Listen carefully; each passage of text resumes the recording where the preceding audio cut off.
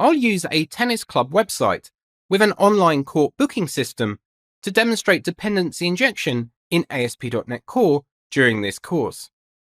The final version of the tennis booking web application includes functionality for its members to book courts at the club.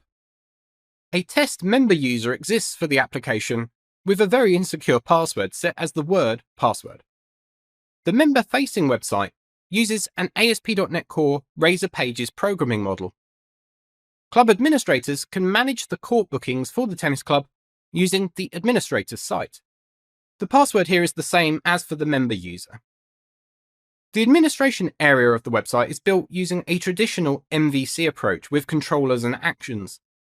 Administrators can view and cancel court bookings, as well as view the upcoming maintenance schedule.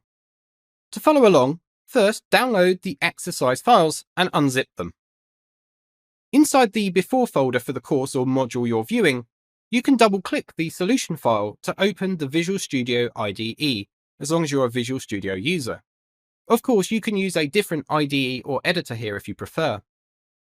At the start of this course, the solution in the exercise files includes several projects under the source folder. There is a single unit test project within the test solution folder with some limited tests for the classes within the tennis booking web application, and we'll come to those soon.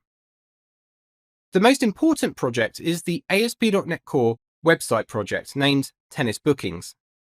This is where most of our development and implementation of dependency injection features will take place. We can run and debug the web application directly from Visual Studio.